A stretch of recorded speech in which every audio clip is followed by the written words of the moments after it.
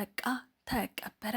ጠዋትና ማታ ድምፁን ሳይሰሙ ምግብ የማይቀምሱት እናት አሁን ያሉበት አሳዛኝ ሁኔታ የበርካቶችን ልብ ሰብሯል። ሰኞ ሰኔ 8 ቀን 2018 ዓ.ም ሰሜ በጠዋት የድካም ስሜት ተሰምቶት በልጆቹ አማካኝነት ወደ ሆስፒታል እየተወሰደ ሳለ በድንገት ደከመ። ሆስፒታል ደርሶም ሐኪሞቹ እርብርብ ያደረጉለትም ሰሜ ግን እስከ ወዲያኛው አሸለበ። ፈጽሞ ባልተገመተ መልኩ የአንጋፋው ድምፃዊ የሰሜ ባላገሩ ህልፈት ብዙዎቻችን አስደንግጦ ነበር። ሞት ለማንም የማይቀር ሆነና ሰኞ ከዚህ ዓለም ድካም ያረፈው ሰሜ ባላገሩ ትላንት ደግሞ ስርዓተ ቀብሩ ወዳጅ ዘመዶቹ እንዲሁም አድናቂዎቹ በተገኙበት ከቀኑ 9 ሰዓት ግብዓተ መሬቱ ተፈጽሟል። በቀብሩም የተፈጠሩ ክስተቶችንና ቤተሰቦቹ ስላሉበት አሳዛኝ ሁኔታ እንዲሁም የሰሜን ሙሉ የህይወት ታሪክ እንዲህ ልናቀርብላችሁ ወደድን። ከዚህ ቀደም ያልተሰሙ እጅጉን የሚያስገርሙና የሚያስደንቁ የመልካምነት የበጎነት ስራዎቹን ስትሰሙ እጅግ ትገረማላችሁ። እነሆ ሙሉ የህይወት ታሪኩን ታደምጡት ዘንድ አዘጋጅተንላችኋል። አብራችሁን ስለምትቆዩ እናመሰግናለን። ዛምራን አዲስ ቻናል አዲስ በመሆኑ ላይክ፣ ሼር፣ ሰብስክራይብ በማድረግ እንድትተባበሩንና ከጎናችን እንድትሆኑ ስንል በቀናነት እንጠይቃችኋለን። የድምፃዊ ሰማኸኝ በለው ሰሜ ባላገሩ አጭር የህይወት ታሪክ። አፈር ለሚበላው ለሚበሰብሰው ለዚህ ፈራሽ ገላ ቁምጣ መቻነሰው። ድምፃዊ ሰማኸኝ በለው የልጅነት ዘመኑን በተመለከተ ድምፃዊ ሰማኸኝ በለው በቅጽል ስሙ ሰሜ ባላገር ከአባቱ ከአቶ በለው ሹምዬና ከእናቱ ከወይዘሮ እናትነሽ ቢልልኝ መስከረም 17 ቀን 1960 ዓ.ም ውብ በሆነችው የአባይና የጣና መፍለቂያ በምትባለው ባህር ዳር ከተማ ላይ ተወለደም። ያደገው በዚሁ ከተማ ቀበሌ 03 በተለምዶ አባ ፋሲሎ ትምህርት ቤት አካባቢ በሚባለው ሰፈር ነበረ። ከልጅነቱ ጀምሮ ለድምፅና ለሙዚቃ ልዩ ፍቅርና ተፈጥሯዊ ተሰጥኦ የነበረው ሲሆን በሰፈሩና በጓደኞቹ ዘንድ በማራኪ ድምፁና በደግነቱ እጅጉን ይታወቅም ይከበርም ነበር። ገና በ14 ዓመቱ ታዳጊነት ጊዜው በባህር ዳር ህፃናት ኪነት ቡድን ውስጥ በመሳተፍ የረጅም ዘመን የጥበብ ጅማሮውን ሀብሎ መሰረት ሊጥል ችሏል። ሰሜ ባላገሩ ድምፃዊ ብቻ ሳይሆን የግጥም፣ የዜማ፣ የቲያትር ደራሲም የነበረ ሲሆን ቀልዶችንም በተፈጥሯዊ ዘይቤ በማቅረብ ለኢትዮጵያ ኪነ ጥበብ ደምቆ የሰራ ባለሙያ ነበረ።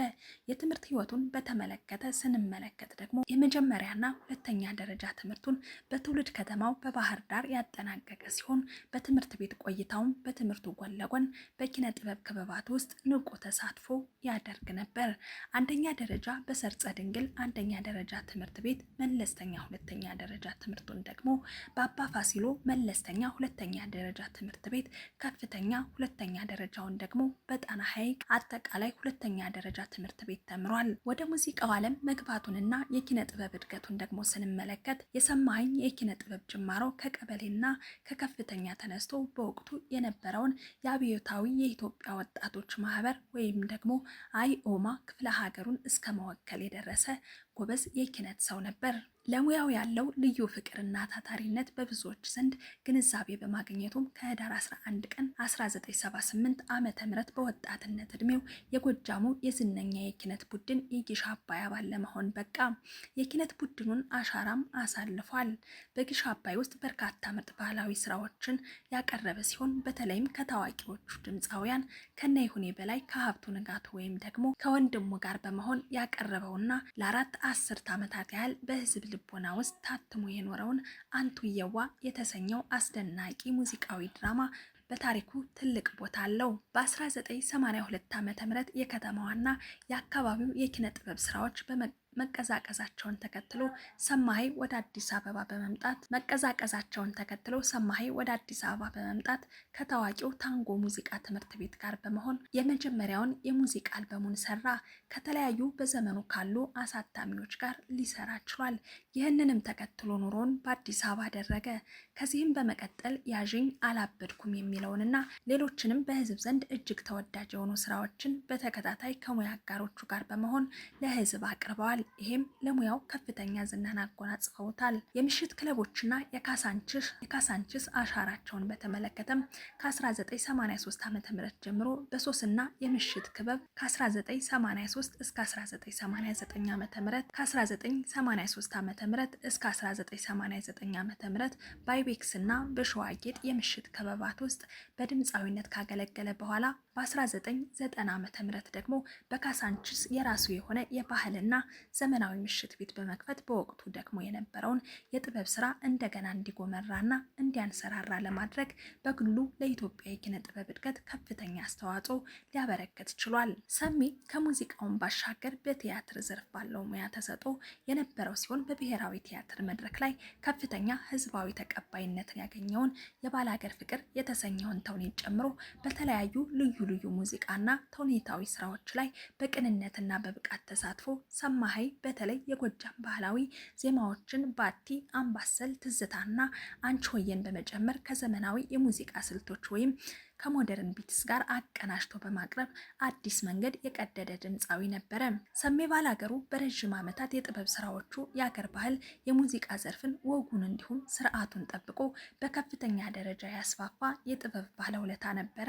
ወደ ስራዎቹ ስንመለስ ዋና አልበሞችና ስራዎችን ስንመለከት ደግሞ ባላገር የሚለው ቃል በከተማ ማህበረሰብ ዘንድ እንዳልሰለጠነ እንደ ኋላ ቀርነት መገለጫ በሆነበት ዘመን ይህንን ተገቢ ያልሆነ ትችትና ልማድ ለመቀየር በቁጭት በመነሳት በኪነ ጥበባዊ ዘይቤ ባላገር ነኝ በማለት በድፍረት ሰብሮ ወጥቷል። በሄደበትና ሙያውን ባስተዋወቀባቸው መድረኮች ሁሉ እንደ አርሶ አደር በመልበስና የመገልገያ እቃዎችን በማስተዋወቅ ራሱ አርሶ አደሩን በመሆን ጨምሮ ለባላገሩ ያለውን ፍቅር በክብር አሳይቷል። የአርሶ አደሩን ውብ እሴት ባህልና ወግ በአድናቆት የዘከረበት የስራው የእውቅናው ሁለተኛ ካንቱየዋ ሊስተካከል የሚችል መጠሪያ ሆኗል። ከዚህ በኋላ ሰማሃይ በለው መባሉ ቀርቶ ሰሜ ባላገሩ እየተባለ መጠራት ጀምሯል። ውሃ ባህር ዳር ወይም ደግሞ ዲስካውን ስንመለከት ለትውልድ ከተማው ያለውን ጥልቅ ፍቅርና ናፍቆት የገለጸበት ተወዳጅ ስራው ነበር።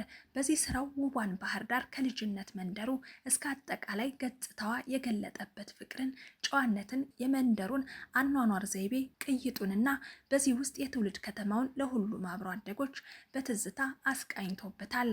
ደቦትን ንስራን ስንመለከት ደግሞ የልጅነት ትዝታን፣ የገጠሩን ባህል በተለይ ደግሞ መስከረምን ተከትሎ ያሉትን ሃይማኖታዊ በዓላት በተለይም ከዘመን መለወጫ እስከ መስቀል ያሉትን ጊዜያቶች በጣም አሳምሮና አስደሳችና እንዲሁም ውብ በዓል በትዝታ ላለፍንበት እንድናስታውሳቸው የሚያደርግበትና ለማያውቁት ደግሞ መስከረም በመጣ ቁጥር ያለውን ውብ የጸደይ ወቅት ያሳየበት መስከረምን በልዩ እንድናፍቀው የሚያደርግ ውብ የኪነ ጥበብ ስራው ነበረ።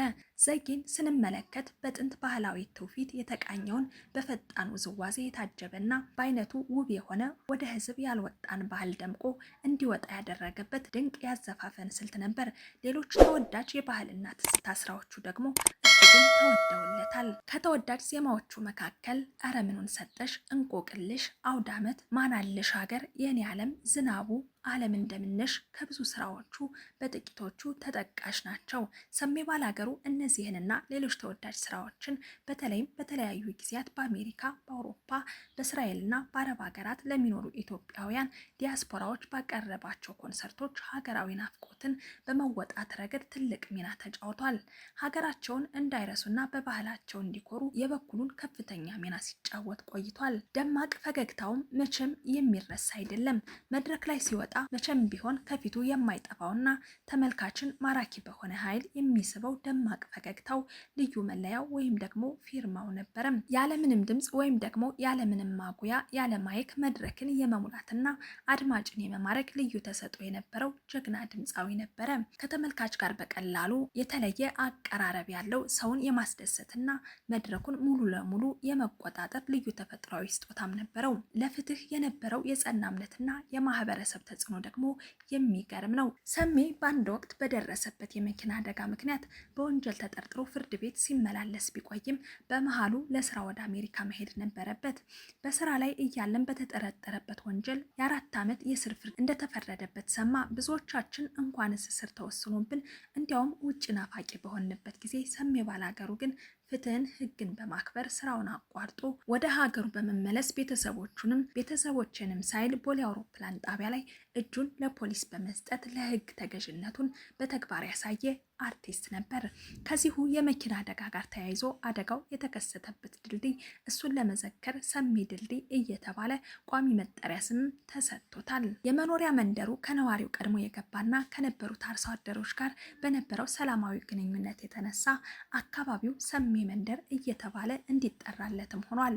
በሌላ መልኩ በወቅቱ በሀገራችን ማህበረሰብ የተንቀሳቃሽ ስልክ መጠቀም በጀመረበት ወቅት የኖኪያ ስልክ ምርት የሆነው ኖ 330 ሰሜ ባላገር ተብሎ እስከ ማስጠራት የደረሰ ተጽዕኖ ፈጣሪም ነበር።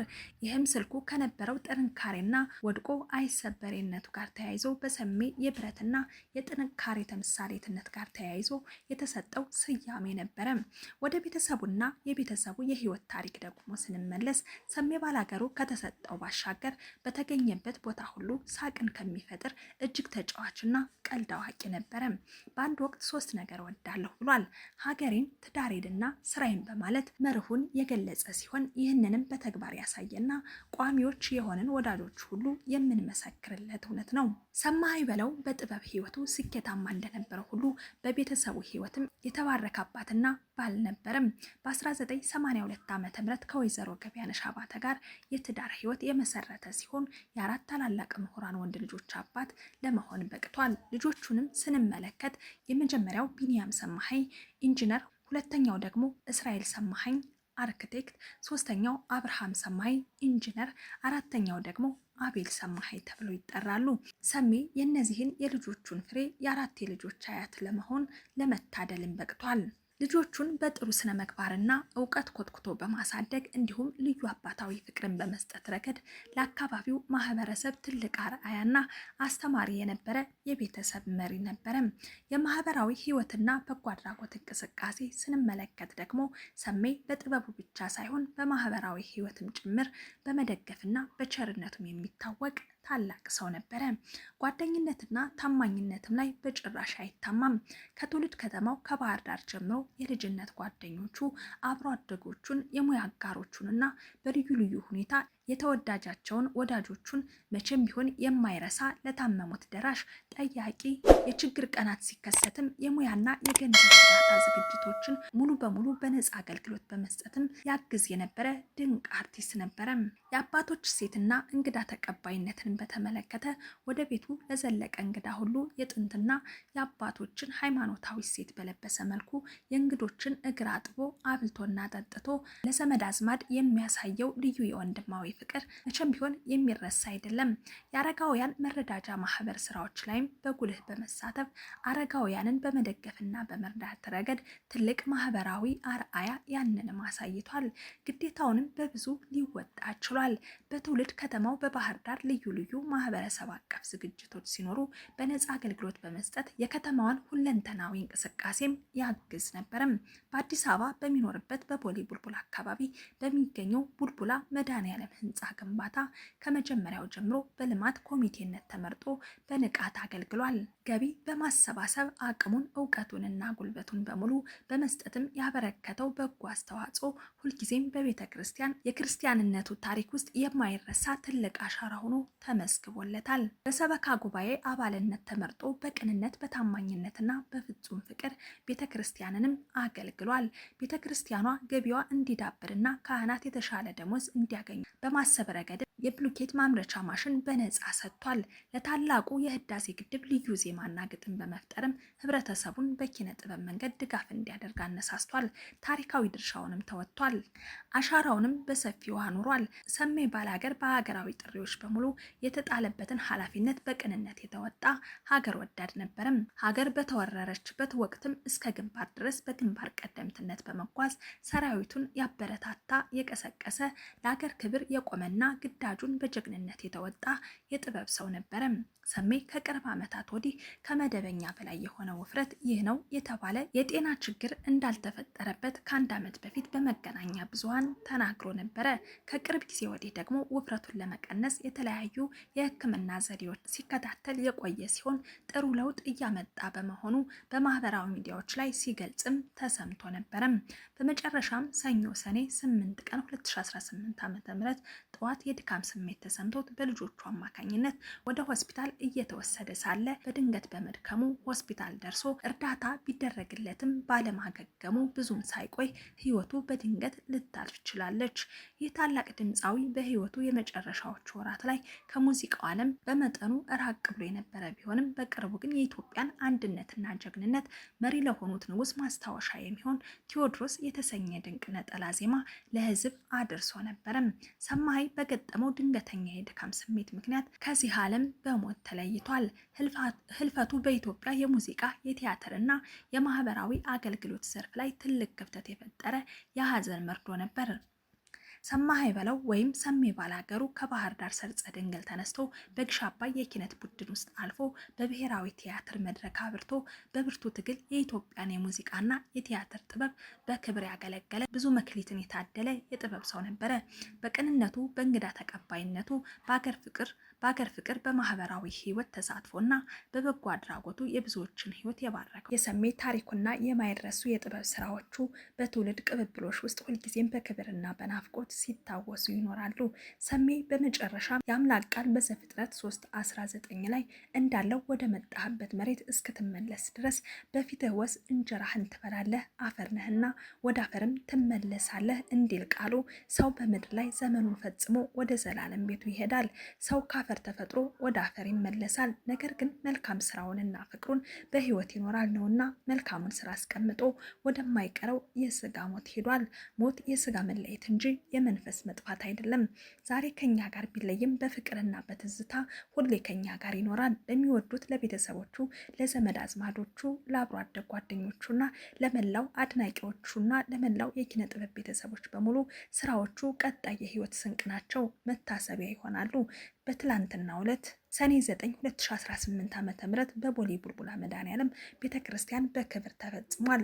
ፈጣሪ ነፍሱን በገነት ያኖርልን። የምንወዳችሁና የምናከብራችሁ ውድ የዛምራን አዲስ ቤተሰቦቻችን አብራችሁን ስለቆያችሁ ከልብ አድርገን እናመሰግናለን። ክብር ይስጥልን። ቪዲዮን ላይክ፣ ሰብስክራይብ ማድረጋችሁን እንዳትረሱ። በሌላ መሰናዶ እስከምንገናኝ ቸር ቆዩን።